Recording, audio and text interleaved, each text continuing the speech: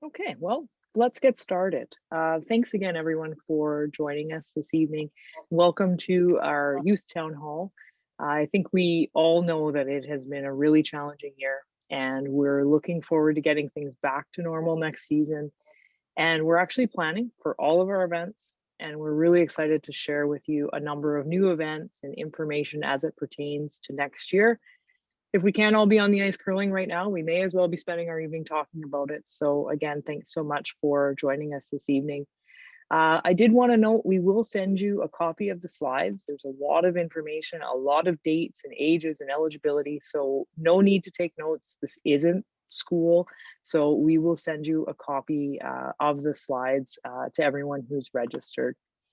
This evening, I want to start just by saying a reminder for those of you that have joined, if you could put your name and the team that you represent or your skip's name in the chat box, that'll help us do attendance and we'll know who has joined us. And also just ensure that your microphone is muted so there's less interruption on the line through our session. We have lots of topics to be covered this evening.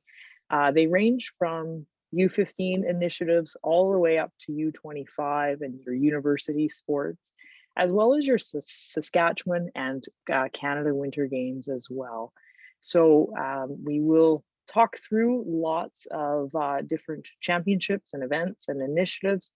And we will as well leave time for questions at the end. So if something comes up throughout and you want us to circle back to it, just type your questions into the chat box at any time, and we will certainly do our best to answer your questions at the end of our session.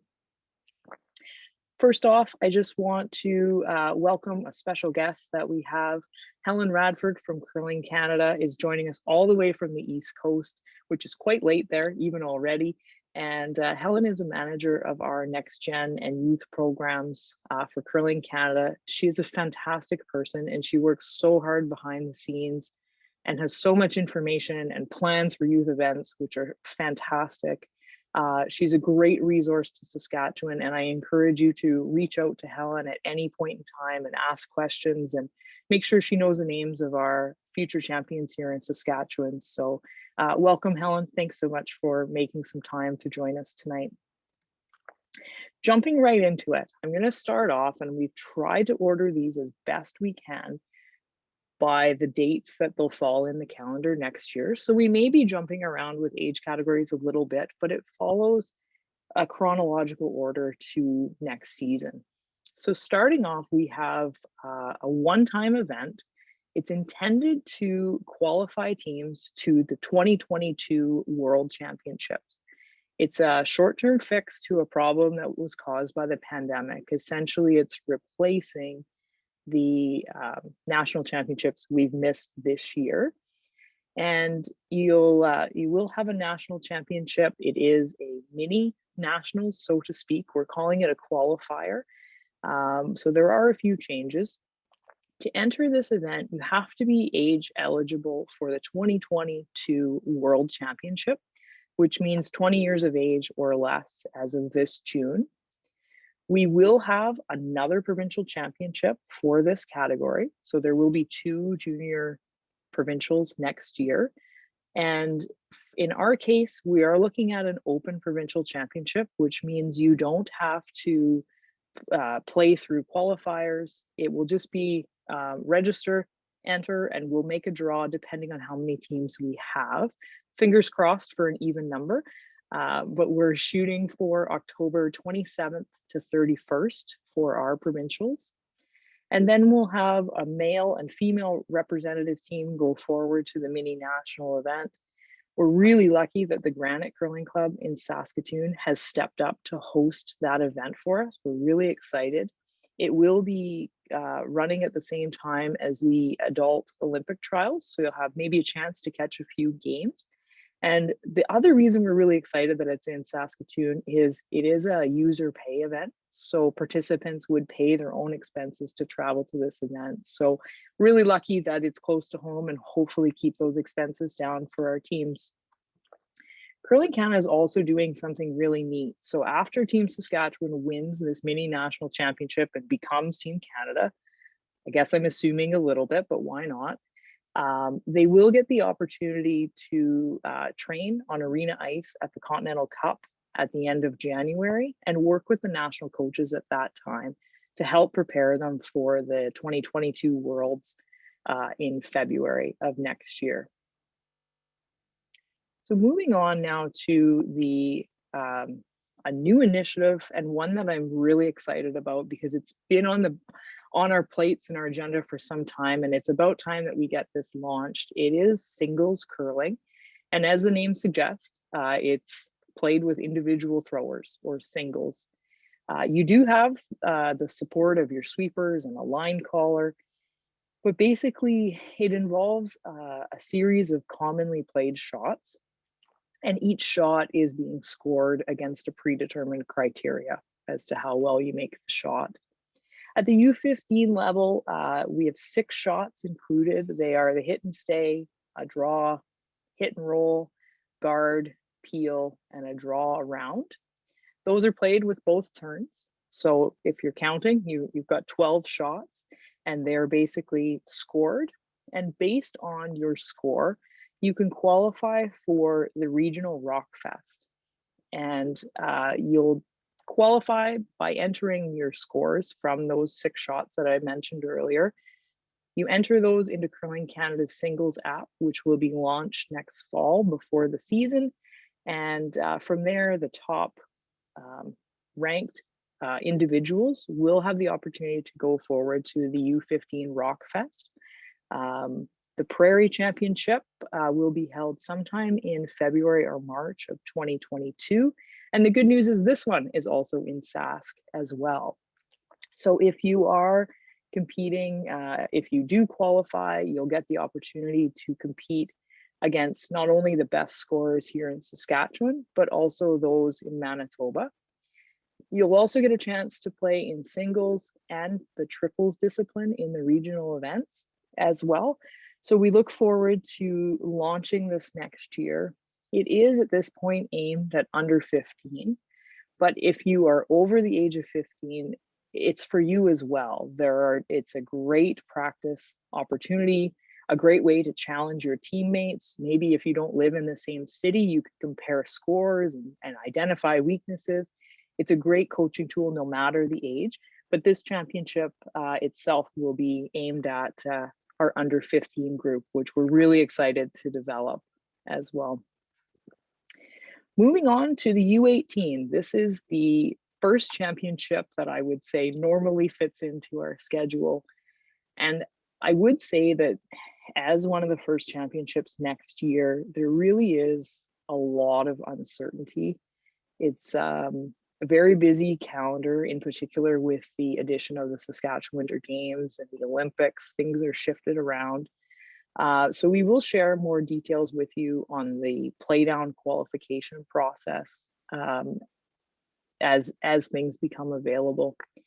Our Provincial Zone will be December 27th to 30th. We'll let you know when we have a location for that. We will declare 1 boys representative as well as 2 representatives from the girls division. And that will be our champion and our runner-up from this provincials. We'll go on to the national championship, which will be February 14 to 20. That will take place in Timmins, Ontario. And we're really excited to see this event increase from 14 teams to 21 teams of each gender. So this will be a huge national championship, which gives us the opportunity to have that second team on the girls' side, as well as our traditional Saskatchewan representative on the boys' side. So that was determined by previous results and past teams that have representative. That's why we don't have one on both sides, but we look forward to that one day.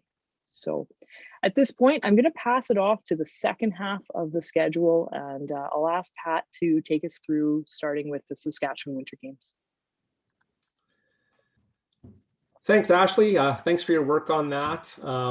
Thanks and welcome, Helen, for attending and all your work on all your initiatives, many of these initiatives that we'll be talking about. And just a hi to everyone. Thanks for tuning in. So, yeah, we've certainly missed you out on the ice.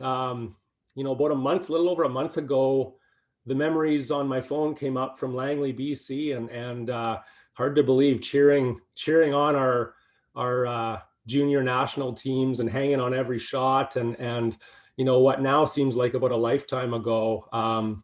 Just amazing. But I think from our standpoint, and I'm sure I speak from all your standpoints, we just can't wait to get back to that scenario and having those representatives and that situation again. So yeah, fingers crossed, and let's keep moving forward with that for sure. So definitely the Sask Games.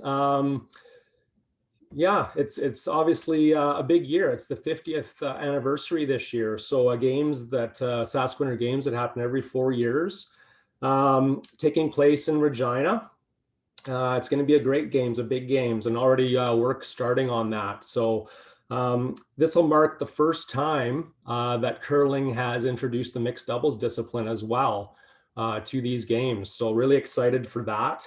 You can see the age eligibilities on this: maximum of 16 years old on June 30th, born on or after July 1st, 2004. That's obviously the same for both male and female.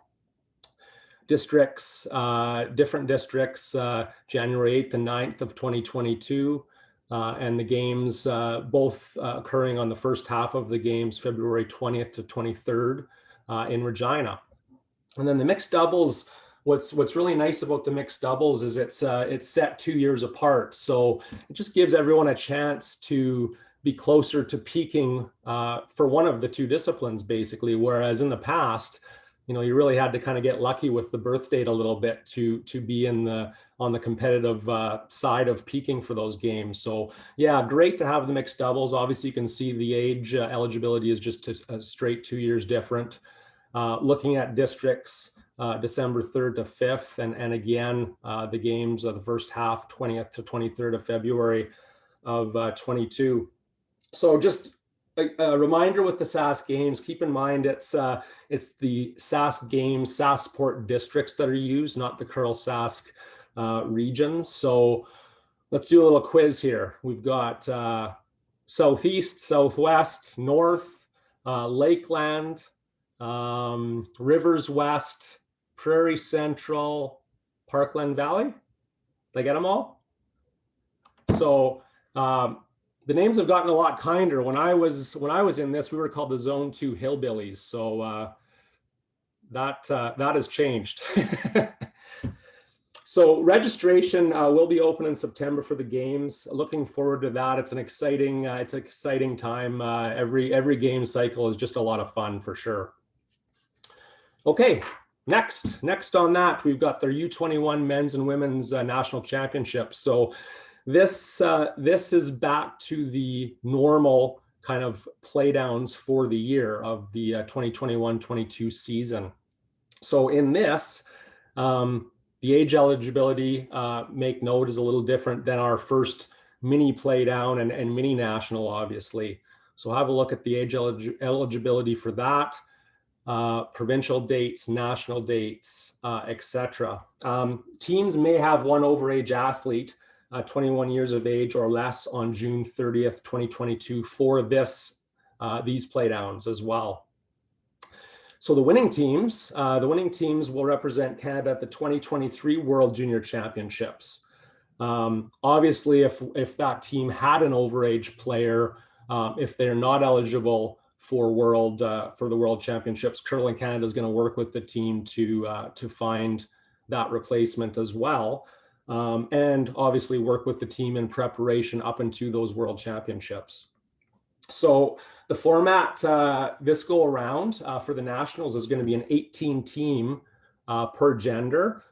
So that's increasing by 4 teams, and we'll have one ladies representative and 2 Sask men's representative, just based on the previous results. So all you guys send a thank you text to Team Ryland Kleider for that, and for the honor of having a couple teams there for sure. Okay, and a new event. This is an under 23 invitational event. So this is an event, a one-time event held the opening weekend of the 2022 Tim Hortons Brier. Teams will be there in person. We'll watch the wild card game, have a whole bunch of things going on. It should be a great event. This is just an opportunity for the teams that have, unfortunately had to, miss out on certain things kind of in their later years of juniors, and try and make up for some of that. I think a great development opportunity as well for these teams that are making that transition into men's and ladies also. So with this, age-eligible teams will be required to submit a written application to Curling Canada. And so that's going to be happening before December 1st, 2021. So list your experience, provincial, national experience, etc. All of that will obviously be an asset in your application. Any information otherwise that you want to include, please do so. And they'll have a look at that. So you can see the ages here. Athlete ages are calculated on June 30th of 2021. A cumulative team age must be less than 88 years or less, and no athlete can be under 20 years old for this invitational event. So getting there, this will be an event where there will be prize money, but participants will be paying for that event on their own dime. Okay, just a little quick blurb about the U Sport. A lot of work being done currently right now from the U of S side. So stay tuned on that. Hopefully, in the not too distant future, fingers crossed, we'll have some information and possibly some opportunity there. Obviously, U of Regina, U of R already has that opportunity going. So again, athletes eligible to compete for their university and so on and so forth.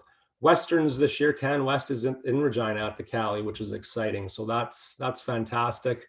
Moving on to nationals from there, March 15th to 19th, 2022, and hopefully beyond. So just keep that in your calendars. Hopefully more information to come, in the near future with respect to an expansion of those opportunities as well. Okay, so as you can start to imagine, there's a lot of moving parts coming our way, and you know what? That's a good problem to have. I mean, I think we're all ready for a little more action by this point, for sure. So while we let you just have a moment of looking at what a potential schedule may look like for your respective teams, I think we should also have a moment of silence for poor Bruce Cordy, who's our scheduling guru and the work he's had to put in to try and put a calendar like this together as well.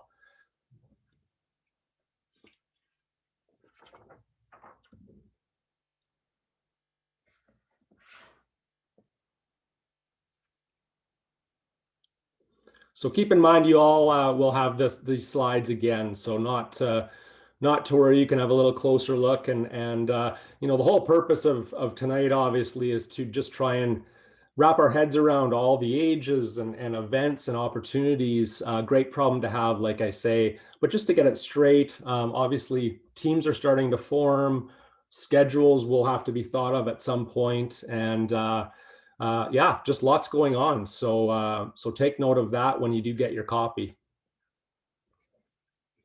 Okay, so now we're into the 2022-2023 season, looking forward beyond. So the first one we're going to talk a little bit about is, again, a new event and a new initiative. Thanks, Helen. Is the Under 25 Invitational event. So basically a new national championship starting in 2022. It will be in September of every year, which is kind of nice. A nice way for these teams to start the season. Again, a great initiative for this group that are working hard to make the transition and compete at a higher and higher level as the years go by. So athlete ages, again, calculated on the June 30th date of 2022 for the first go around of this. A little higher cumulative age now, 96 years or less for 4-person, and 48 years or less for the mixed doubles team. So there will be both disciplines included in this. Take note of that.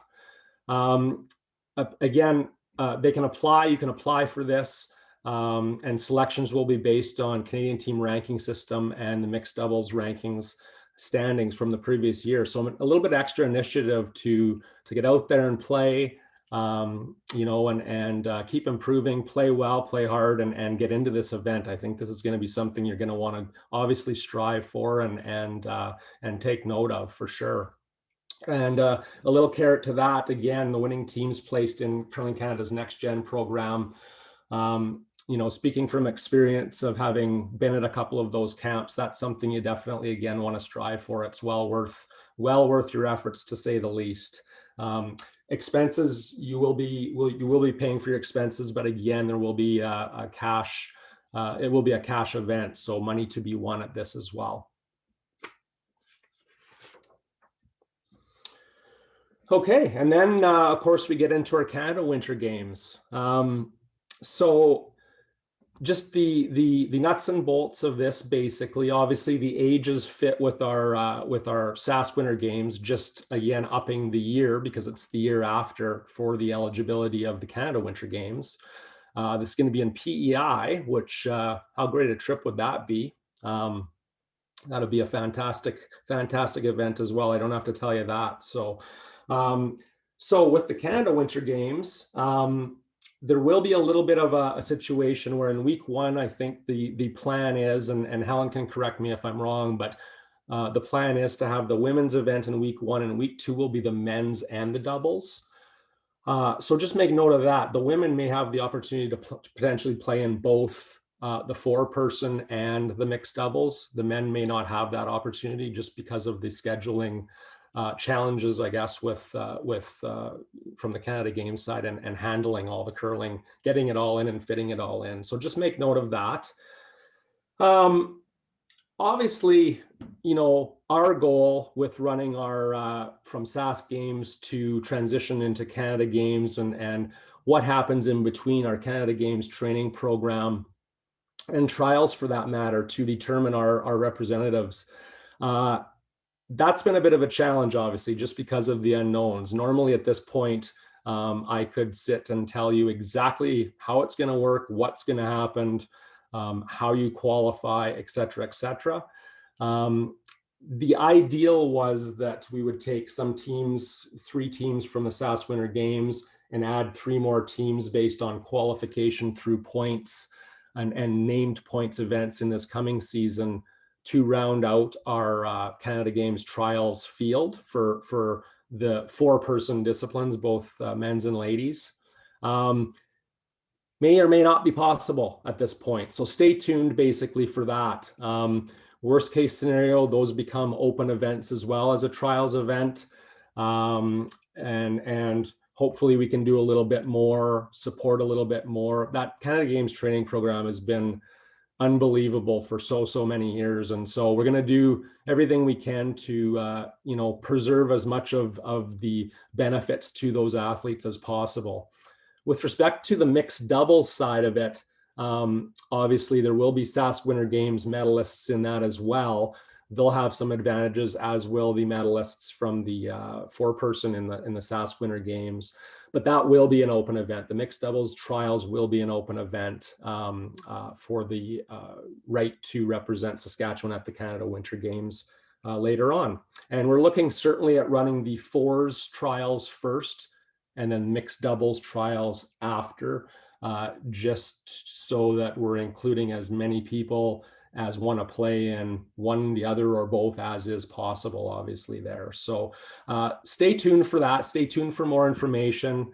You know, and as we know more, certainly you'll know more as well. Okay. And Pat, just one thing before you move on, typo in our eligibility here, just subtract 1 year off of that. So the female 4s and the male 4s would be 17, and then doubles is 19. So just wanted to point that out. We'll correct that in the slides before we send it out to you. But the 1 year age gap between Sask Games and Canada Games. Sorry about the typo there. Yeah, real good. Thanks, Ash. Okay, so just won't get into too much detail on this. I think just a couple of notes basically to take from this. One is, in the lead up to a Sask Winter Games, possible Canada Winter Games year, but just with U18 juniors, everything else, really the take home from this is begin the process, if you haven't already, of becoming competition coach certified. And so that starts with, getting trained, getting to the trained status, and then, obviously, doing what's necessary to become certified, which we can certainly help you with, whether you contact me, the office, but we can help you and outline those steps for sure. From the Canada Games standpoint, you can see that there's a highlight on the competition development trained.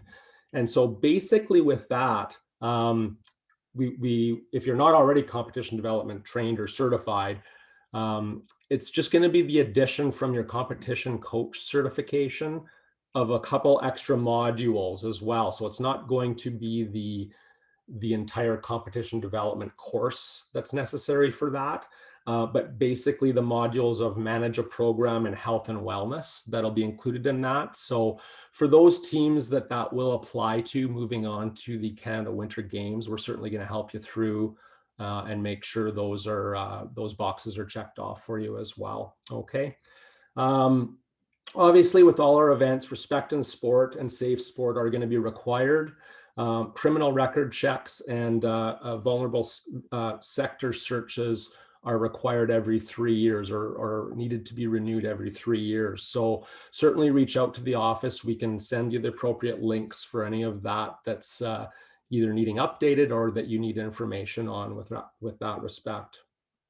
I guess with respect to the coaching, just a couple other points. It's been a challenge this year. Obviously, we did get one live intro to competition coach course in. It's a bit of a challenge, but we are working on an online version as well. So again, stay tuned for that with respect to Curl Sask social media as well as website. That's something that we're hopeful very soon to get some dates rolled out so that you can really plan. You have some options to go ahead with and start that training process. Obviously, the certification will need ICE in to do the evaluation and such in the fall, but there may be opportunities to get the trained status out of the way and a head start on even before the start of next season. So please do stay tuned for that as well.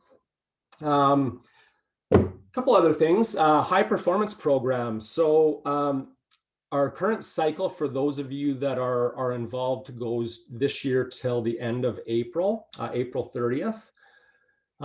So again, for all you teams as well right now that pertains to, make sure you're taking advantage of everything that you have access to. Keep using that if you need to. Use now as a time to carry on with that, whether it be in contact with me or another consultant or specific sports science sessions. Make sure you're on top of that. May will be the month where we're renewing applications, having a look at that. And then the cycle, this next session will start in June. So we've got that changed over to, I think, better fit with our season, basically. So you can kind of get started and put some work in again in the off season in the lead up to next year as well, which will be great. So stay tuned on that. Coaches that are wanting some information, but also potentially wanting some professional development points. Most of you, I think, or hopefully all of you that I had an email to would have received an Adapting and Thriving notice. Free registration, a huge kind of conference on March 20th and 21st. So do consider that. I think there'll be some great information shared from that as well.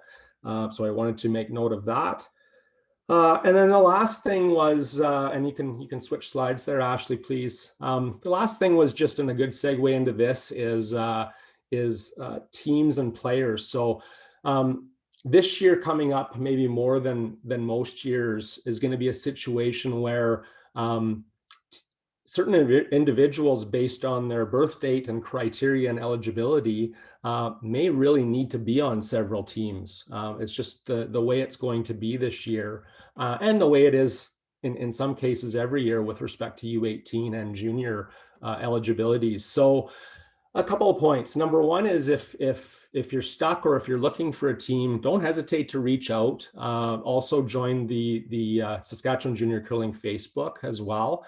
On the other side of it, though, is if you're the majority of a team and looking for a player, please do reach out as well. That's something certainly I can start lists for. Happy to help out in any way I can. And I think at the end of the day, we just want everyone doing as much as they want and as a part of a team as best as possible. And so these are challenges, hopefully, that in a lot of cases you'll probably take care of as athletes and coaches, but we can certainly try and support and help too. And so don't feel like you can't send those asks my way as well, for sure. Okay. So I think now we'll just kind of pause for a few minutes and basically, if there's any questions, it's a lot to absorb, obviously, but if there's any questions or comments, concerns, we'll do our best to handle those. I can start off there. Bruce, will you take a look at the chat and give everyone an opportunity to write their questions out?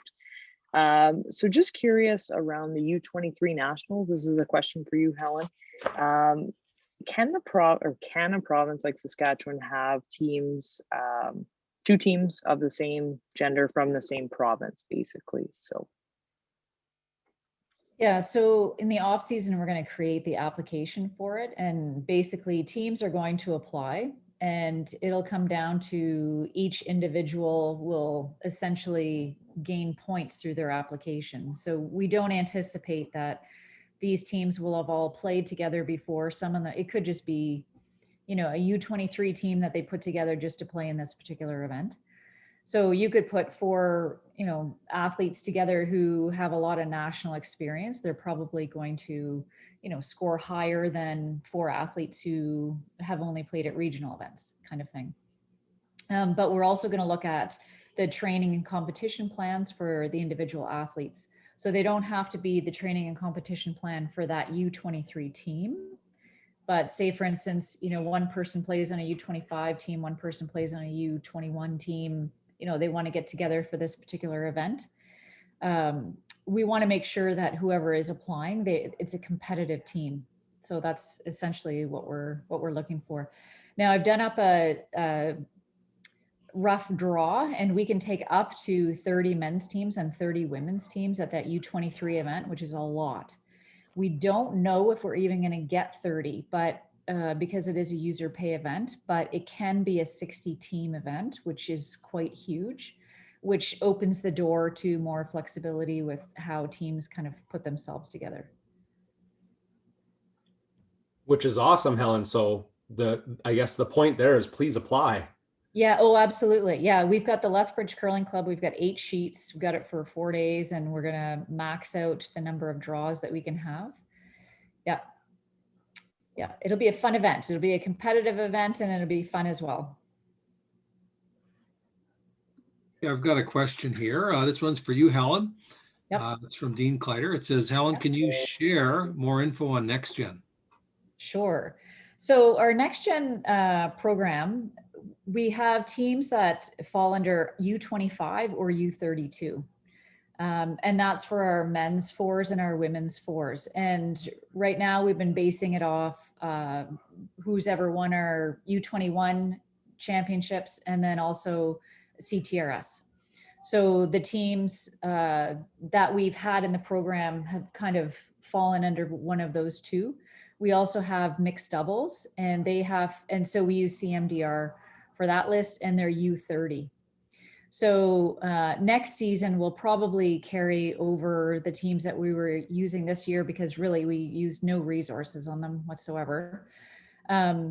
But what this U25 event does is it gives teams that are really close an opportunity for a U25 specific event who didn't quite get high enough on CTRS, a play-in opportunity to the Next Gen program. And Pat has been, one of our national coaches there. And so at our super camps, they're pretty awesome. So we bring all our teams together and do lots of training. So there's funding as well. Like for instance, this year, the Next Gen teams, the fours, each got $8,000 in additional funding, and our mixed doubles got $4,000 in additional funding. So this just provides an opportunity for a play-in. It also provides an opportunity for us to see all the teams that are kind of out there and pushing on the bubble and how we can support them. And we'll have national coaches at the event. We're pretty excited about it. And as Pat said, hosting it in September is sort of the best opportunity for us to not complicate anybody else's season. And also we want to focus on teams that are playing together. So that's why we're looking at CTRS. So it'll be your 3 of 4. So if, a team splits up and 2 and go one way and 2 go the other, then for one particular year, they wouldn't be eligible. But after that, they'd be eligible if they have 3 of 4. And then it would be an application system as well. But that one's a little bit more black and white because we don't want to go out and invite teams if they're not interested in coming to it. We'd rather have teams say, you know what, we're really interested in coming to it. And maybe they're, number 30 on CTRS, but teams above them didn't want to come or couldn't afford to come or whatever. So we just want it to be sort of they're interested to come, and, we'll make sure that they're taken care of when it's there. So the first event will be at the Saville Center. So we've got 10 sheets of ice. So we're looking to sort of maximize the opportunity for the women's fours, the men's fours, and the mixed doubles. Excellent. I have another question. You've probably answered it, but we'll just cover it anyways. For under 25, the CTRS points, are they from the team or cumulative like mixed doubles? Also, if you have an overage player, but 3 U25 people, would your CTRS points still count? So again, with our ages for Next Gen, we use all cumulative. So we don't do the hard U25. So we just do, on June 30th of the year before, everyone has to be, roughly 24 or 96 years or less. So you can have a 26-year-old playing with a 22-year-old. There could be, we offer that flexibility because we know that particular stage in their lives, you've gone along and played with everybody who's had the right birth date for a long period of time, but then, life gets in the way. You want to go to university or college or start work, or, you're in a relationship and you move, or, lots of things happen. So we try to offer a little more flexibility. So Helen, could I play with a 15-year-old and 2 10-year-olds? Absolutely not. Oh. Well, because your 15-year-old and 10-year-old won't really show up on CTRS, so you'll have a little trouble there. Fair enough. These are great. They owe to be a junior now, that's for sure. This is awesome. Do we have any other questions? I don't see any else in the chat. We have a great chance to ask Helen anything. Great resource. So please speak up if you have anything.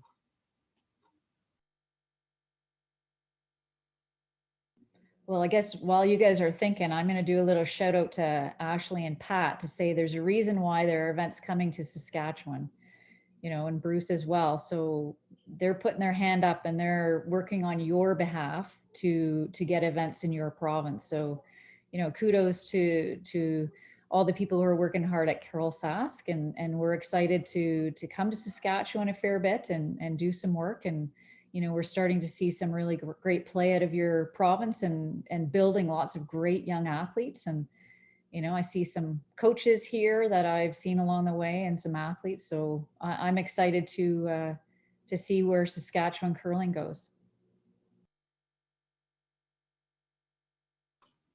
Okay, thanks, Helen. I'm not seeing anything else here in the chat, Ashley.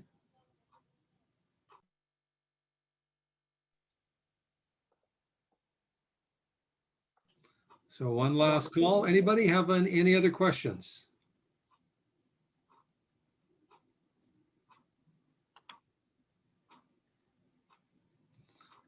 I think we're done, Ashley. I don't have any questions here. Okay, sounds good. Well, thanks so much everyone for joining us again this evening. You know, as Pat mentioned, we really miss seeing this group and being at events and watching you guys improve and get better all the time. So we really are missing that and can't wait to get back to it as soon as it is safe to do so. So thank you all for your patience through this challenging year. It's going to be a very busy next year. We're doing our best to prepare for everybody. Also, again, just a shout out to Helen. Thank you very much for the kind words and thanks for your time this evening and your ability to ask questions. As you noted throughout here, there's a lot of really good initiatives that are happening, new events, new ideas, different ways even to calculate ages so everybody's included. And Helen is, you know, a lot of credit, needs a lot of credit for a lot of those changes. And some of these selections along the way, it doesn't hurt to know Helen's name and have Helen know your name too. So thanks so much for joining us here this evening. And if you have any other questions, I've put some contact information on the slide here as well. Anytime, please reach out, and we wish you the best. Stay safe, and we'll see you as soon as the Rocks can fly again next season. Thank you.